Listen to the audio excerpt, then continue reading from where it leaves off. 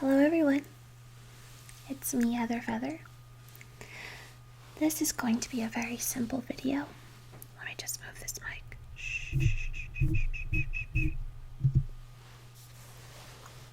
I'm just going to have a little chat with you about some of my books. I did not want to do a very labor-intensive video since I am working on a few role plays that require some extra work. So, to ease my conscience and appease my, how do I say this nicely? My fixation on keeping a schedule, I thought I would do this instead with you, and hopefully it would work. So let's get started. I have a variety of books, starting with the most sophisticated one.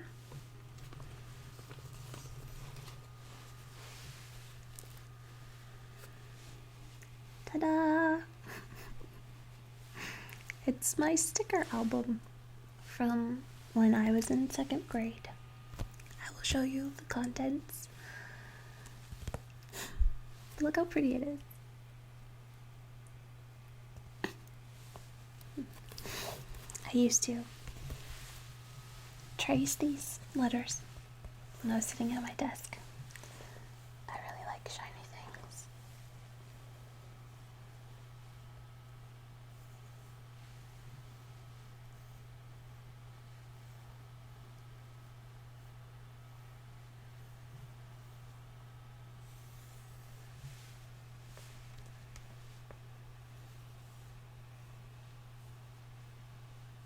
B U M bum. Okay, let's have a look at the endeavors of a 2nd grader.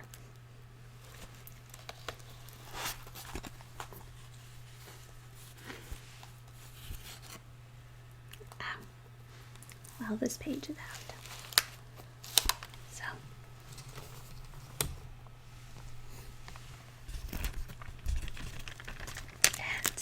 and I believe the stickiness has worn off. So we have a bunch of holographic stickers. Can you see them shining?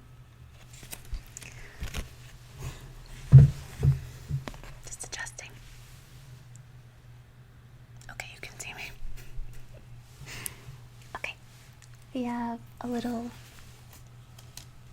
horse, heart,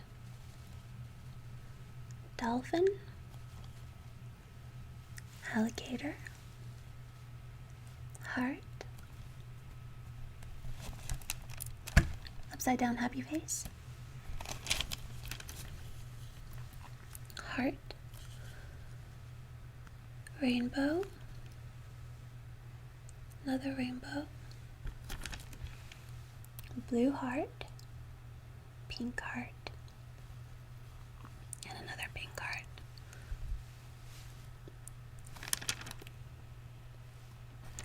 Work boots,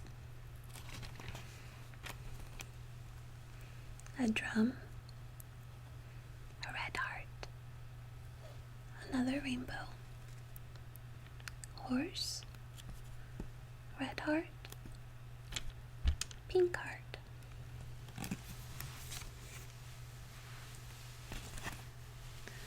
Then we have a Pegasus.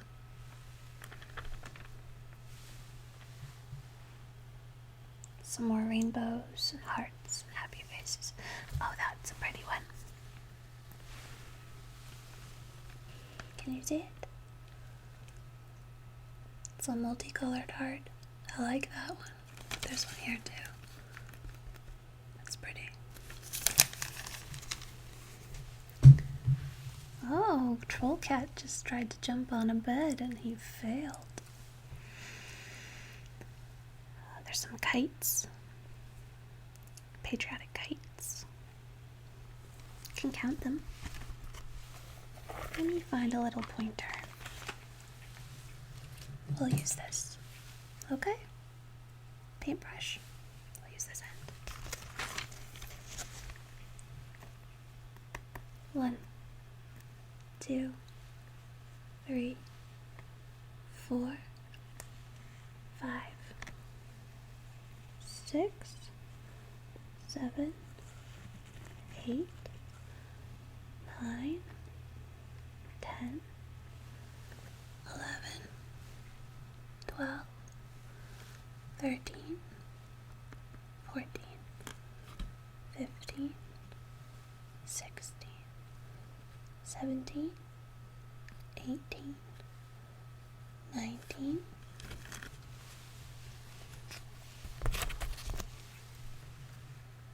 20, 21, 22, 23, 24, 25, 26, 27, 28, 29, 30, 31, 32, 33, 34, 35, 36, 37, 38, 39, 40, 41, 42, 43, 44,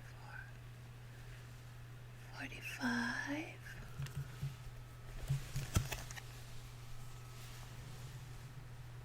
46, 47, 48, 49, 50, 51, 52,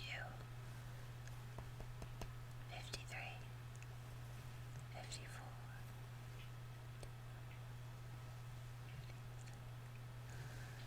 57, if I didn't mess up.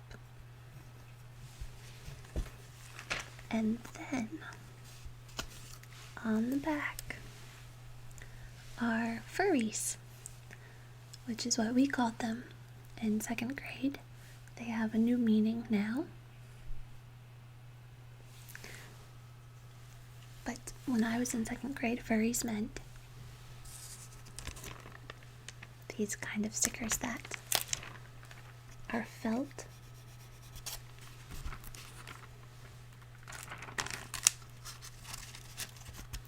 See? Is that a honey badger? No. I don't know. So, I'll use the paintbrush since this is a textured page. I'll start down here. It's a little bone. See? And a bear. A basketball. Ladybug.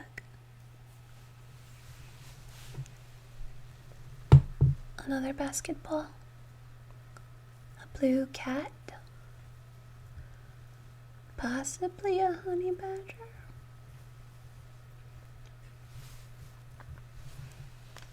A ladybug. Another ladybug. A basketball. Ladybug. Chipmunk. Basketball. Ladybug. A little piggy. A pink bunny. Sorry, my back hurts.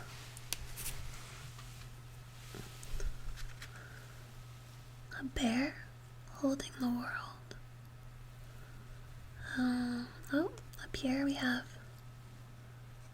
another bear. Rawr. A cow. Is that a cow? Yes. A panda bear with a little heart. They'll maul your face off. Siamese cat. Another panda bear. Dalmatian. A polar bear. Terrifying. A swan. Stop looking at me, swan. Basketball. Ladybug. Panda bear. And another panda bear. I'm going to brush them next to the mic so you can hear if there's a sound.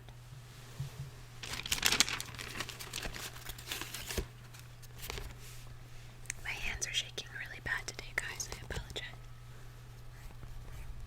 Can you hear that?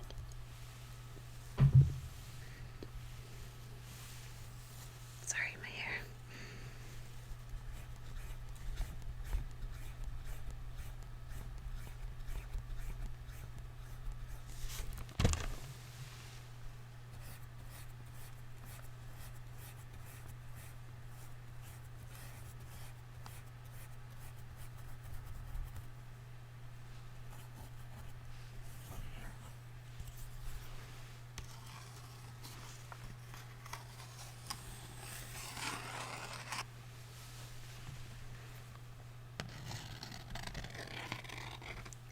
Using a new camera and I can see myself right there, so sometimes I get distracted by it. I apologize. I'll get used to it, don't worry.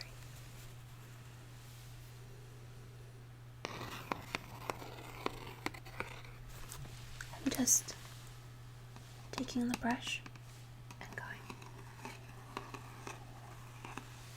down like that.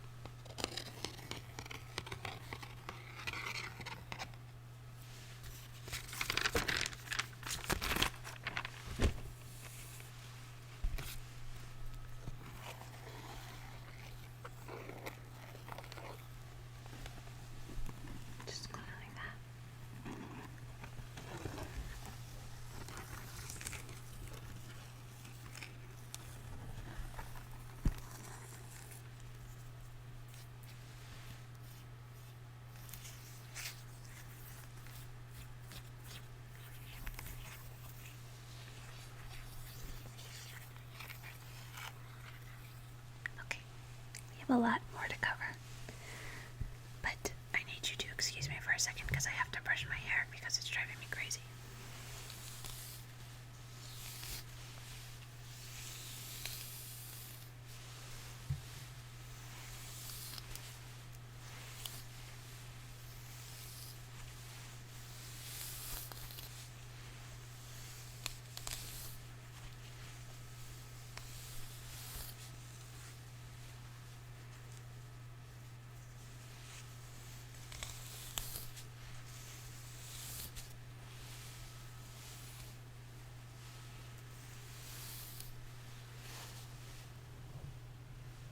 Better?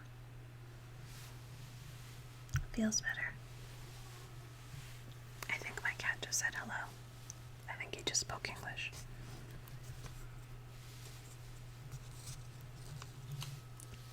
Okay.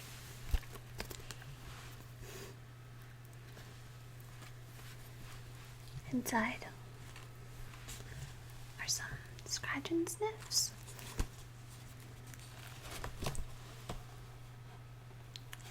Oilies. Oilies were a big deal. If you had oilies, you were a top dog in sticker world. Come here. Because when you pressed it, the oil moved. I don't think these work anymore though. I was obsessed with these.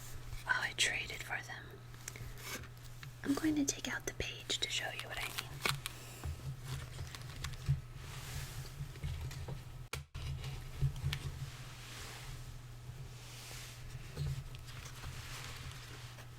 Okay. Watch closely, okay?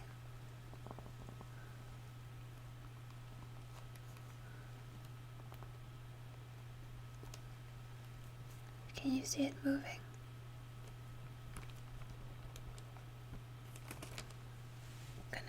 Going to turn this upside down.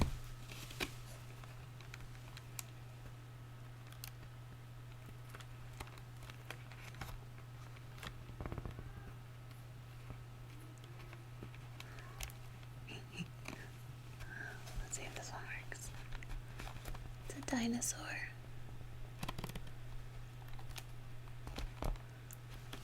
They don't really work anymore. I used to watch them move all the time. Maybe the cat will work. Move this for you.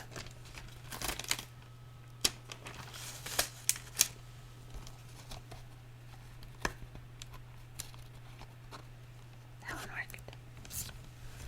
The glasses. What about you, Poodle? Can you see? So I had a poodle, a unicorn, sunglasses, a foot, cat, a mermaid, a bear, and a bunch of dogs, and a dinosaur.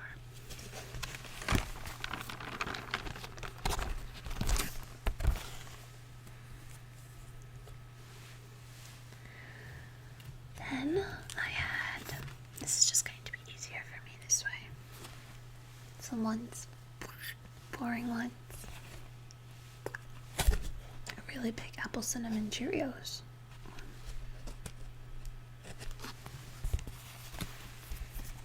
Disney,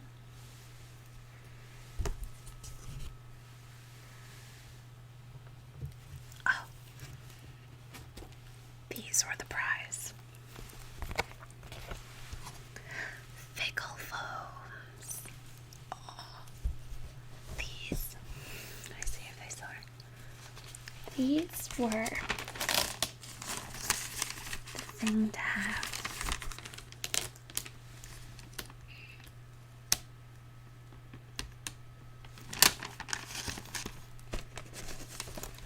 Because they changed color when you touched them.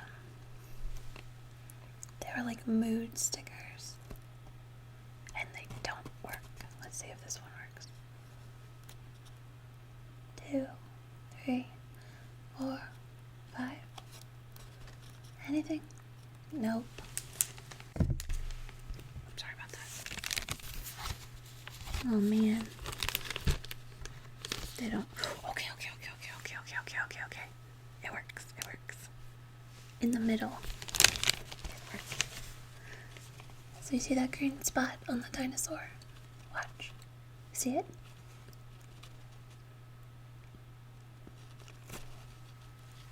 It's gone. See that light spot on the horse?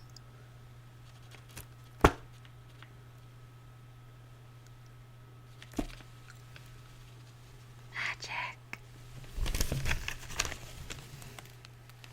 So those were fickle foams. And then there's more holographic ones.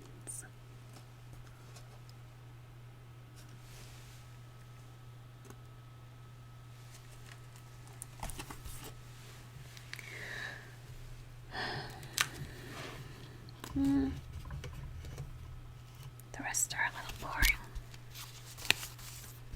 Yeah. Puffies.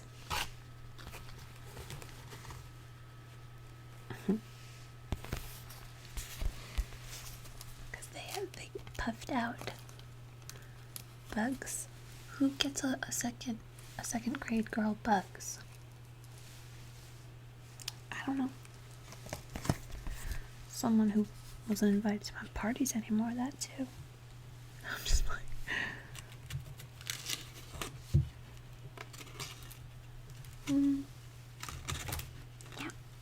Yep. We're gonna end that. Move this to the side.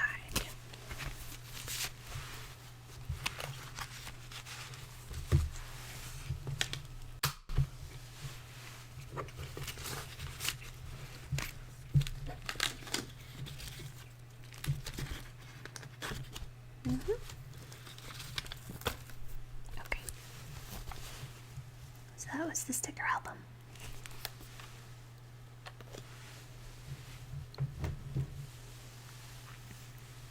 Alrighty, let's do some real books now. My back. We have The Perks of Being a Wallflower. It's one of my favorite books of all time. This book, I've read it, I have no idea how many times, but every time I read it, I take something different from it. It's very short.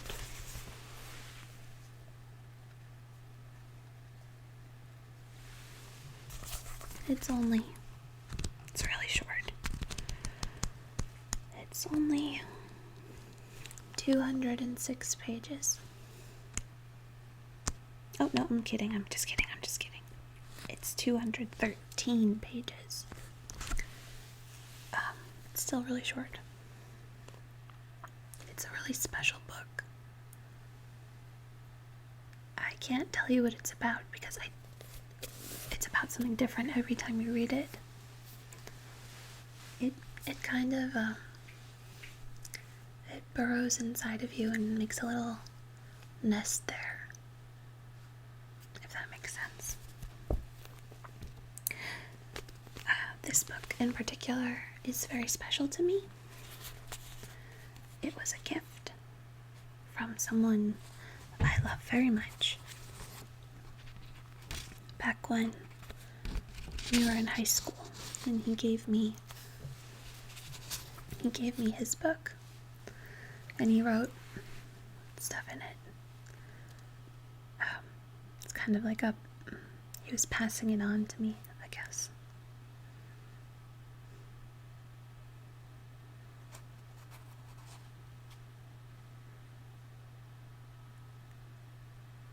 Here's a nice part. I feel comfortable telling you these things because I love you, and I hope you feel just as comfortable with me. No matter what, I will always have a piece of you permanently built into my heart. I love you for every single part of you, because you are both externally and internally beautiful.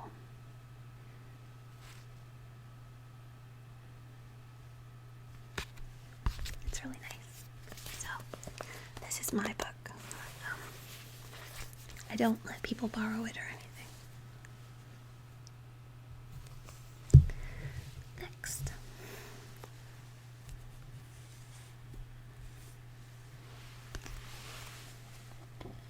The Elf Queen of Shannara. I have a bajillion Terry Brooks books, but I only brought out a few of my favorites, even though I like them all. Terry Brooks is a fantastic writer, fantasy writer. He creates characters that are not super layered, but they're very easy to become attached to. The Elf Queen of Shannara. I'll read you the back, okay? The end of a quest. Find the elves and return them to the world of men. The shade of the druid Alanon had ordered Ren. It was clearly an impossible task. The elves had been gone from the Westland for more than 100 years. There was not even a trace of their former city of Arbalorn left to mark their passing. No one in the Westland knew of them, except, finally, the Addershag. The blind old woman had given instructions to find a place on the coast of the Blue Divide, build a fire, and keep it burning for 3 days. One will come for you.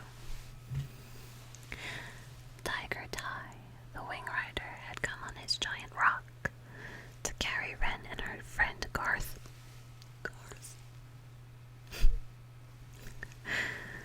to the only clear landing site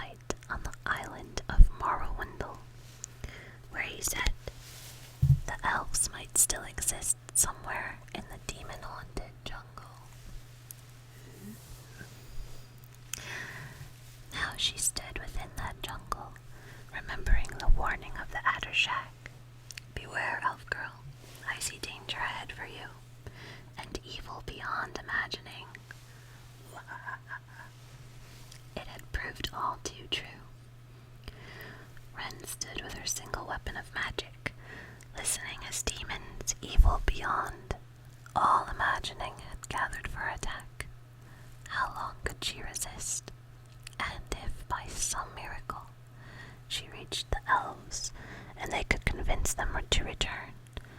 How could she possibly retrace her perilous path to reach the one safe place on the coast? Dun, dun, dun. Then I have the Wish Song of Shannara. My nose is itchy. Ta-da!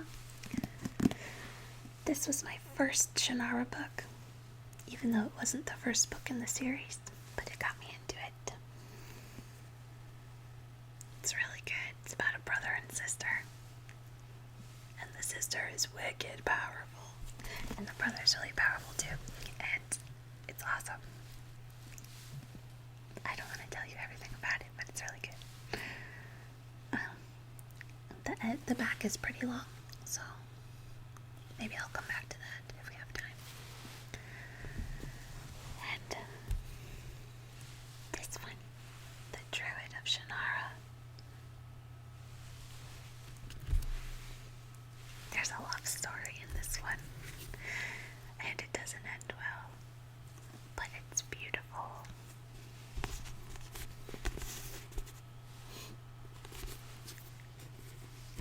Okay. So, the next book, I'll save that actually for a little bit. Let's move on to something cheery. I have the Black Book. Dun, dun, dun. Women Who Kill. It's actually really interesting. I used to leave it out on a table or on a counter if I had friends coming over and they would see it and, shoot me a look, and I'd be like, just to play. But it is really interesting. There's a bunch of stories about different female murderers. You're thinking, why do I think that's interesting? Because it is. Yeah, it's interesting to see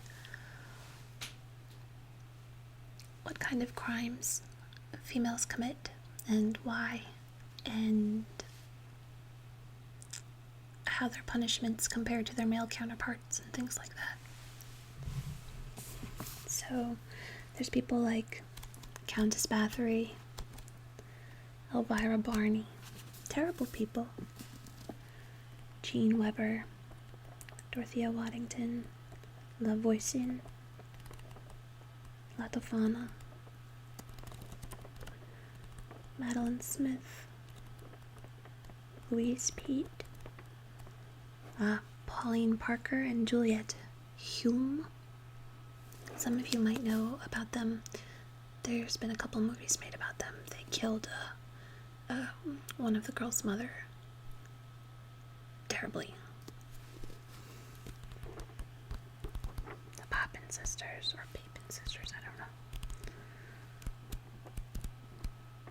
Winnie Ruth Judd, Myra Henley. I think I might have said that. Anyway, it's a book of bad people, but it is really interesting. Next, Wicked. I really love the Broadway show, but the book is super different. It's a completely different tale with completely different metaphors. This is a deep book. I am a sucker for metaphors. I love a story that can be told, but then because of the language it uses, there's another story inside of it. It's really neat to me. I like finding those hidden stories. So, Wicked. I'll read the back to you. Okay? When Dorothy triumphed over the Wicked Witch of the West in L. Frank Baum's classic tale, we heard only her side of the story. But what about her arch nemesis, the mysterious witch? Where did she come from? How did she become so wicked? And what is the true nature of evil? Gregory Maguire creates a fantasy world so rich and vivid that we will never look at Oz the same way again. Wicked is about a land where animals talk and strive to be treated like first-class citizens. Munchkinlanders seek the comfort of middle-class stability, and the Tin Man becomes a victim of domestic violence.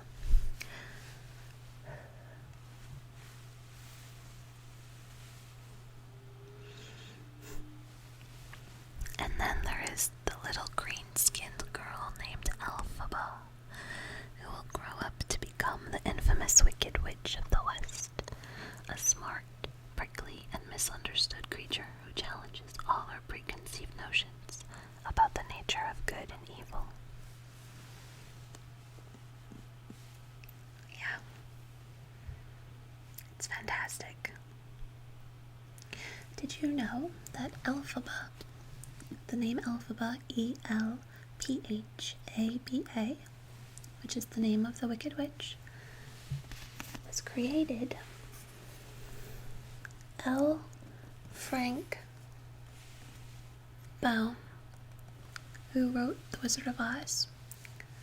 If you take L, F, and Baum, so Alphaba, B, Alphaba, you get Alphaba. See? Did I explain that right? It's the initials. Alphaba. Alphaba. Okay. Oh, I wanted to show you something. You can't see my lamp. Let's have a talk. A lot of you thought that the lamp behind me was a adult toy. And I made a picture and I posted it on my blog and I showed you that it was in fact a lamp. But someone remarked that there was something on the bookshelf that was green also that they thought was an adult toy. I would like to show you what that was. What you saw, I believe, was this on its side. This is bubble wrap. See? And inside of it is my hand from when I was a little girl. That's it. Not an adult toy, just a bubble wrap hand.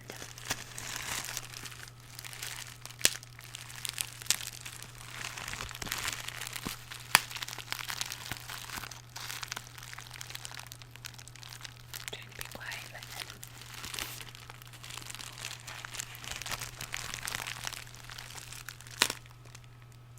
Okay. Next. Is it Tao or Tao? The Tao of Pooh by Benjamin Hoff. I'll read you the back, it's very short. See? The Tao of Pooh, in which it is revealed that one of the world's great Taoist masters isn't Chinese or a venerable philosopher, but is in fact none other than the simple bear created by A.A. Milne, Winnie the Pooh.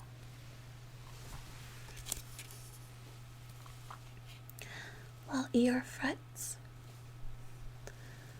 and Piglet hesitates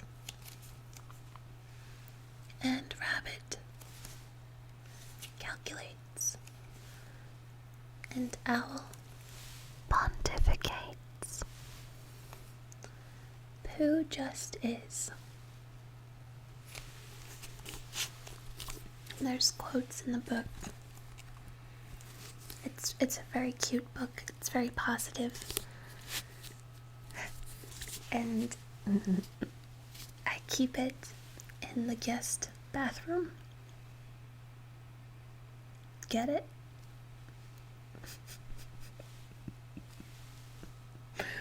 Come on, it's funny, guys. I'm funny.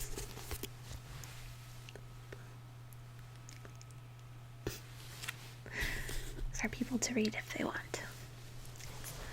It's one of those books you don't have to read from the beginning. You just open a page and see what it says.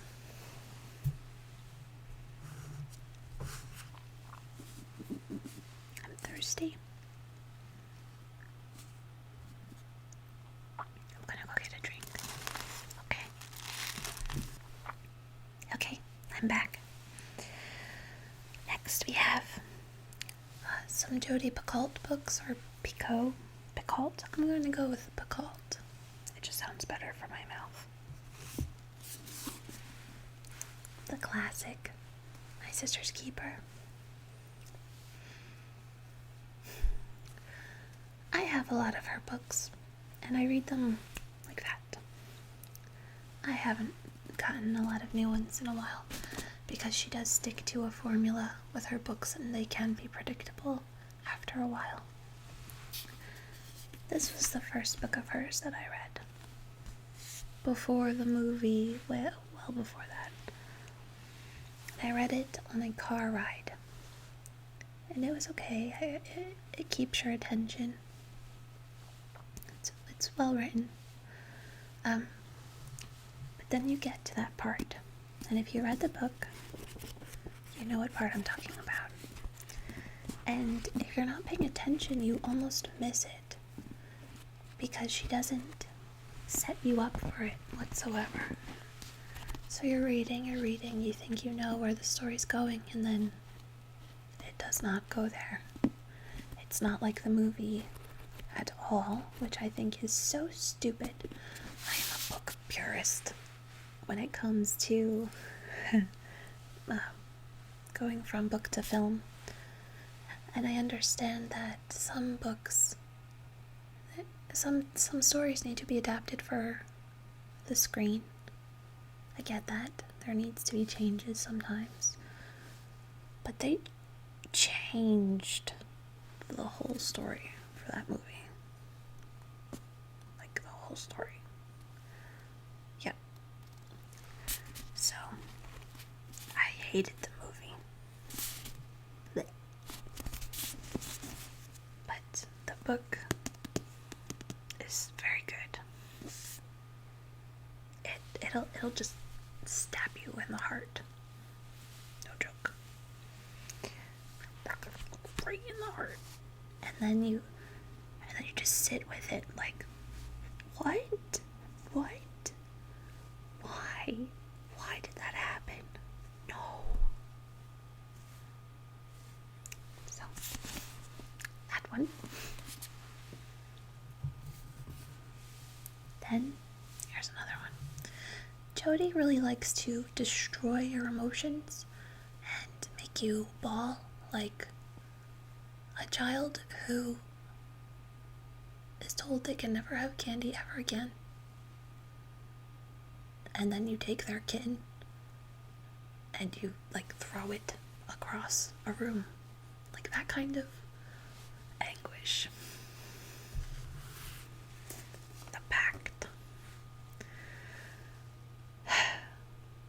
Don't read this if you want to be happy. Really.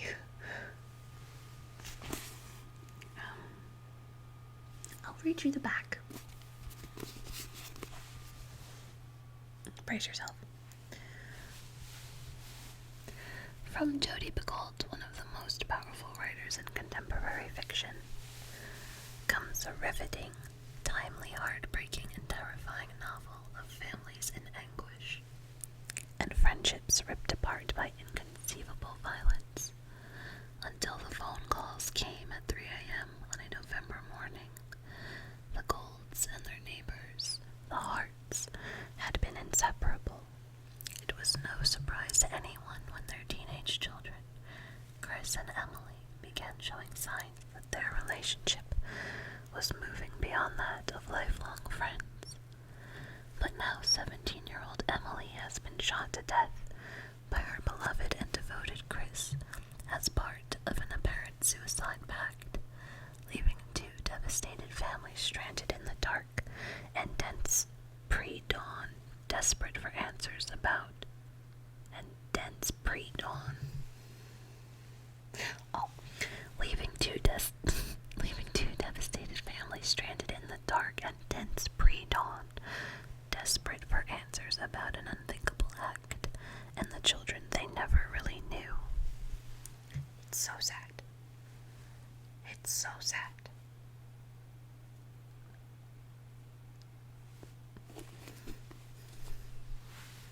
You will ugly cry. You will ugly cry all over your face.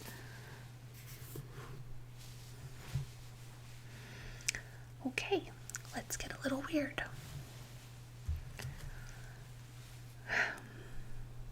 Blood roots. Let me tell you a little bit about this book before I tell you about this book. I found this book in 7th grade in my English classes reading nook. This book, I don't know if any of you have ever heard of it. It is not appropriate for a 7th grade person. It might not be appropriate for any age person. There are themes in here that are disturbing, which is okay because it's one of my favorite books now that I understand it. But in 7th grade, this was like,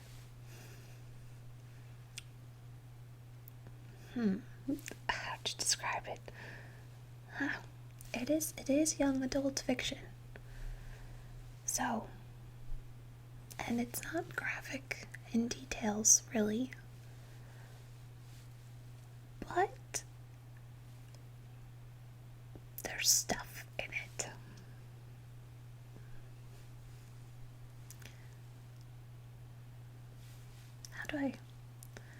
I want to tell you about this stuff, but I don't want to ruin the story for you. It is a good book, and I love it, and I won't give it away because it's really hard to find.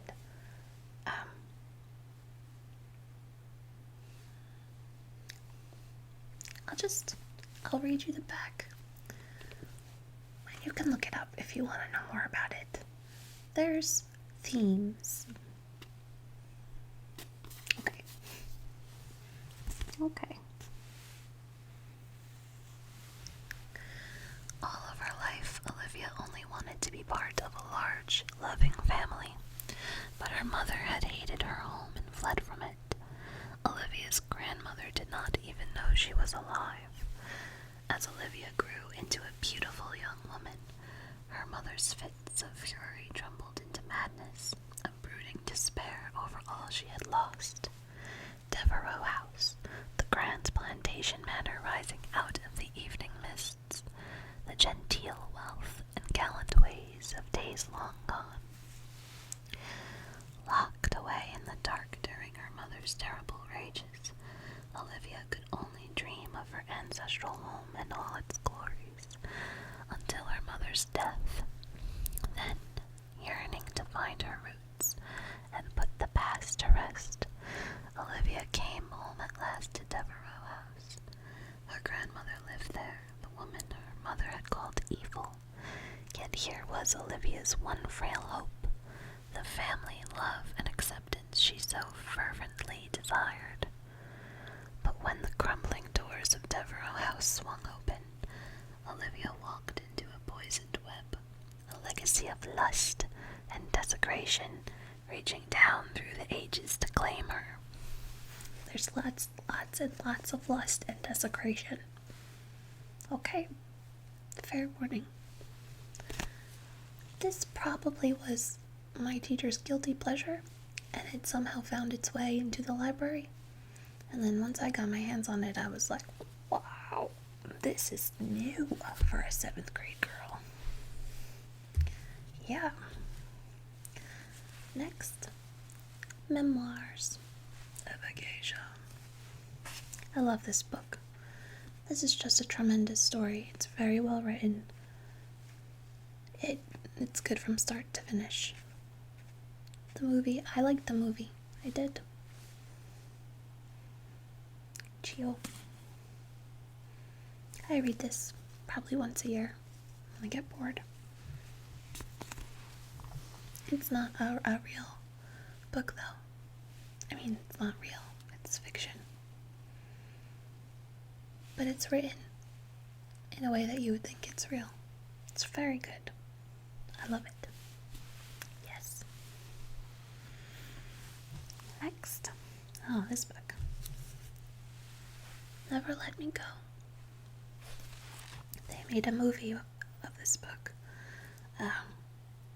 This is a complicated book. How to explain it?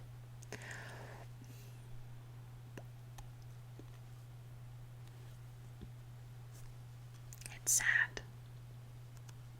I can't tell you what it's about without giving it away. It's sad, though. It's a haunting story, I'll put it that way. It's short. It's only 288 pages. It's not bad at all. You can do that at the beach. Then we have the Da Vinci Code by Dan Brown. Great book. The movie. Okay, here's my problem.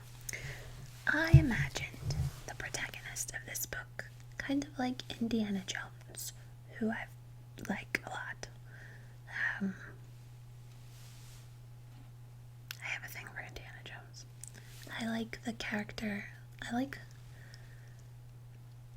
male characters who aren't hyper-masculine, even though Indiana Jones is hyper-masculine. But he's not all the time. He's a teacher and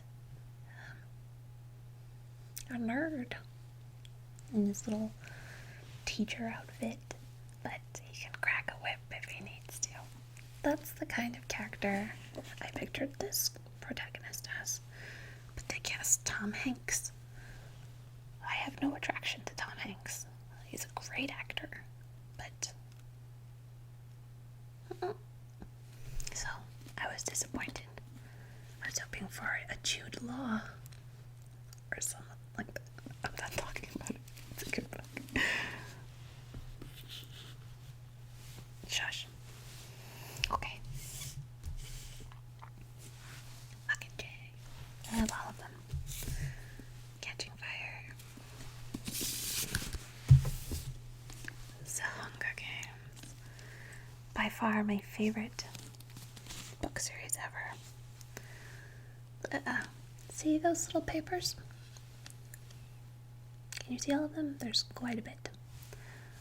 Those little papers are my notes to myself, because when I like something a lot, I write papers about it. I don't have to. I'm not in school, but I write papers about stuff that I love. And those little yellow things are for, I'll tell you. You guys are gonna think I'm the weirdest.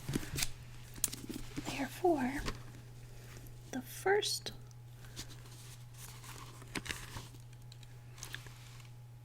32 pages.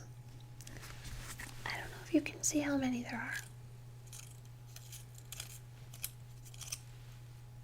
That's my brain.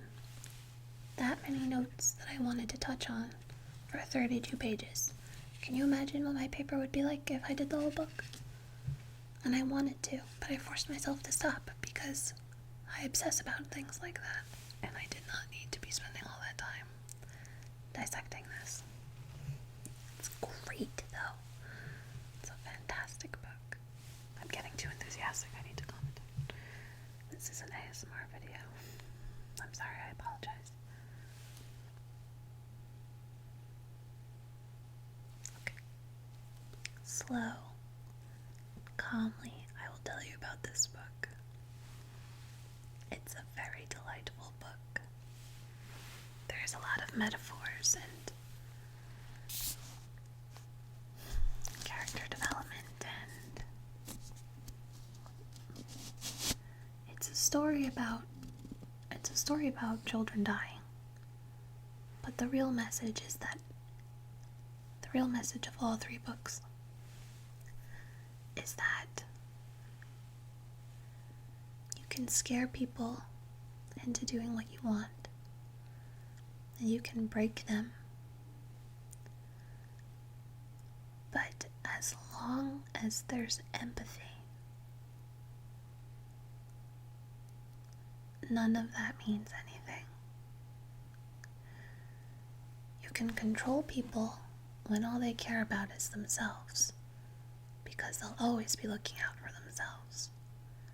But if they care about each other, then you can't control anyone, because people will look out for each other, and they'll put themselves in harm's way to do it. And you can't rule people if they don't care what happens to themselves. I hope I'm doing it justice. Yeah, it's a beautiful message. With tremendous characters. I understand Katniss, and I'm kind of in love with Peeta. Nope, not kind of. If Peeta was real, I would stalk him. I would be a stalker. Just saying.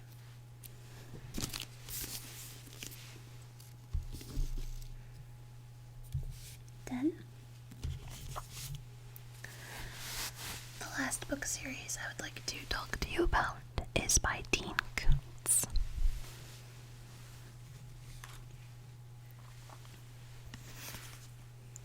Thomas. This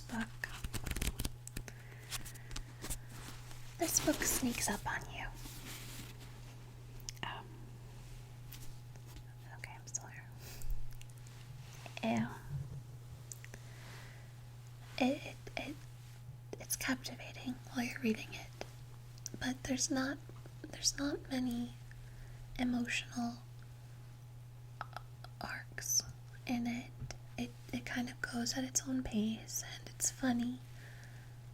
There's a part in the beginning that's heartbreaking. Just thinking about it, you don't forget the part in the beginning. But other than that, it's not especially anything until you get to the end. And then it becomes a parasite, and it lives in your brain, and you think about it for days and days and days, and you cry because it's so sad, and you didn't want it to be like that. And you wish that this character, Odd, his first name is Odd, you wish that you just feel really bad for him. I can't tell you why. It's real. The end is superbly well written in that it makes you feel horrible, just horrible about how things turned out. The bottom says every gift has a price. If you haven't read this book, I urge you to. I'll read you the back. It's a series. There's 3 other books in it. I'll show you them. But this one is by far the best. And if you just read one, this one. Okay, ready? The dead don't talk. I don't know why. But they do try to communicate with a short order cook in a small desert town serving as their reluctant confidant. Meet Odd Thomas, the unassuming young hero of Dean Koontz's dazzling New York Times bestseller, a gallant sentinel at the crossroads of life and death, who offers up his heart in these pages and will forever capture yours. Sometimes the souls who seek out Odd want justice. Occasionally their otherworldly tips help him prevent a crime. But this time,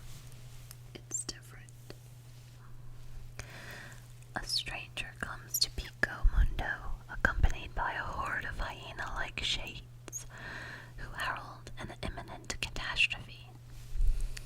Aided by his soulmate, Stormy Llewellyn, and an unlikely community of allies that includes the King of Rock and Roll, Odd will race against time to thwart the gathering evil.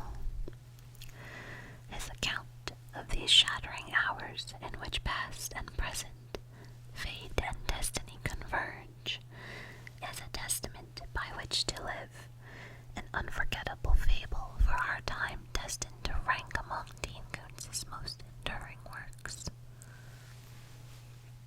I would say that I have read almost, if not every single Dean Koontz book there is.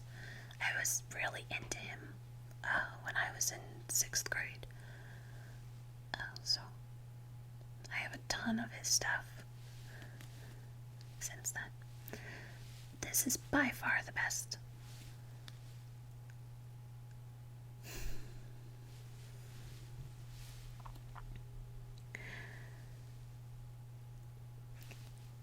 This book reminds you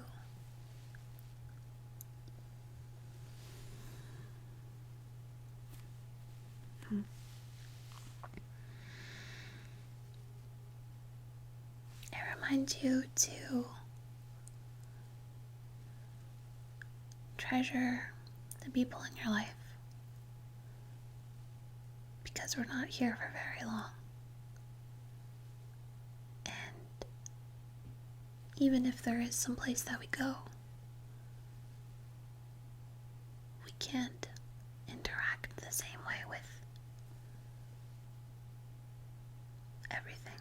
I'm doing a terrible job of explaining this. It's also about love,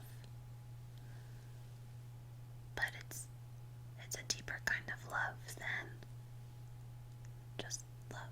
My battery thing is flashing, so I'm gonna wrap it up. It's about great love.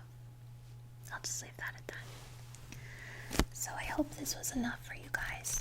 I'm working hard on the other role plays, and I miss doing more extensive videos, but I'm very excited about them. They're not especially elaborate or anything like that.